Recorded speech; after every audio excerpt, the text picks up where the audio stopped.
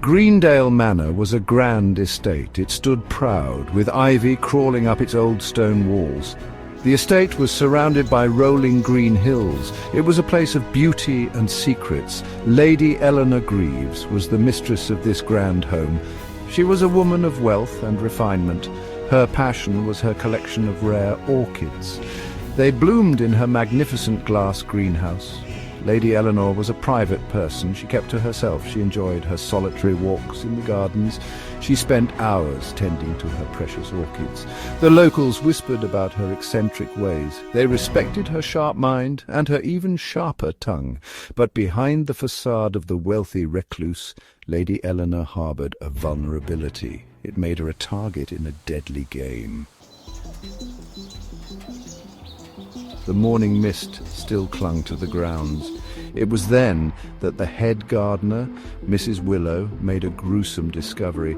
Lady Eleanor lay dead in her greenhouse. She was surrounded by her prized orchids. Her face was pale. Her lips held a faint blue tinge. Panic seized Mrs. Willow. She dropped her pruning shears and ran. Her screams echoed through the stillness of the morning. The local constable, a portly man named Inspector Davies, arrived quickly. He surveyed the scene with a practiced eye. There were no signs of struggle, no forced entry. The only unusual detail was a single wilted night spire orchid. It lay near Lady Eleanor's hand. This rare orchid was known for its intoxicating beauty. It was also known for its deadly poison. Suspicion fell upon three individuals. Each had their own secrets and motives. The first was Charles Greaves, Lady Eleanor's nephew. He was a dashing young man with expensive tastes. He was deeply in debt. He stood to inherit Lady Eleanor's fortune upon her death. His motive was clear: greed.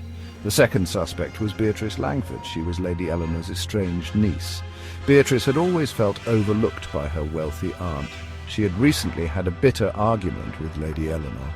This argument was about her inheritance. Beatrice had the means and the motive. She also had a volatile temper. The final suspect was Dr. Alton Merrow. He was Lady Eleanor's personal physician. He was a quiet, unassuming man. He had access to a variety of medicines. This included poisons. Dr. Merrow had been treating Lady Eleanor for a chronic illness. This fueled rumors about experimental treatments and possible side effects. His motive remained unclear, but his knowledge of medicine made him a prime suspect. The investigation continued.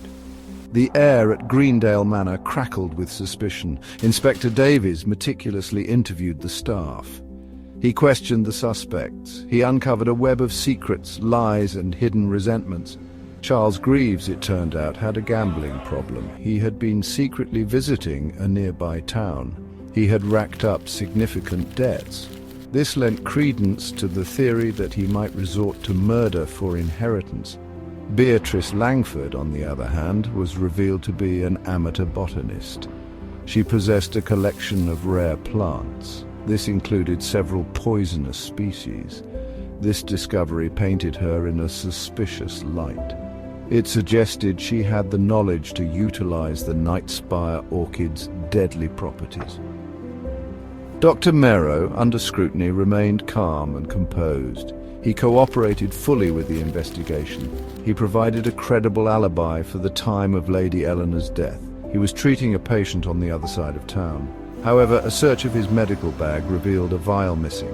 It had contained a powerful sedative. This discovery raised questions about Dr. Merrow's true intentions and cast a shadow of doubt over his alibi. The pieces of the puzzle were scattered. Inspector Davies struggled to make sense of it all. Each suspect had their secrets.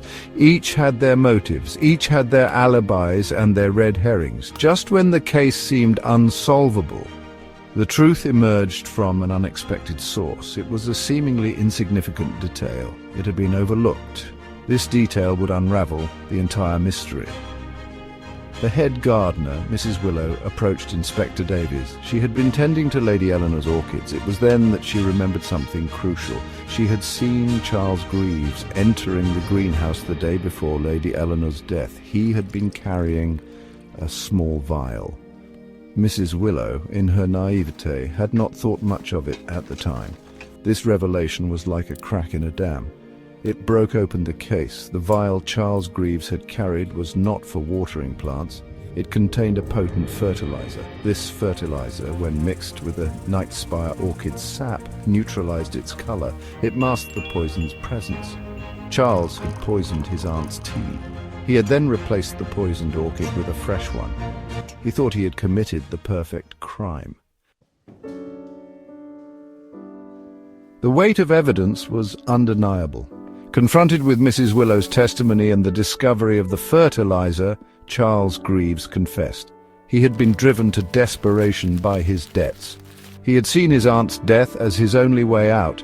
He had underestimated the keen eye of a gardener and the meticulous nature of a good detective. Inspector Davies, his face etched with a mixture of triumph and disappointment, made the arrest. The truth had emerged from the heart of the mystery. It had bloomed like a poisonous flower in the manicured gardens of Greendale Manor. The case of the Midnight Garden murder was solved. The grand estate, once shrouded in suspicion and fear, slowly began to breathe again. The scent of orchids, no longer laced with the bitterness of death, wafted through the air. The whispers died down. The secrets remained buried under layers of thyme and ivy. But the memory of the murder lingered. It served as a stark reminder that even in the most beautiful of settings, darkness can bloom.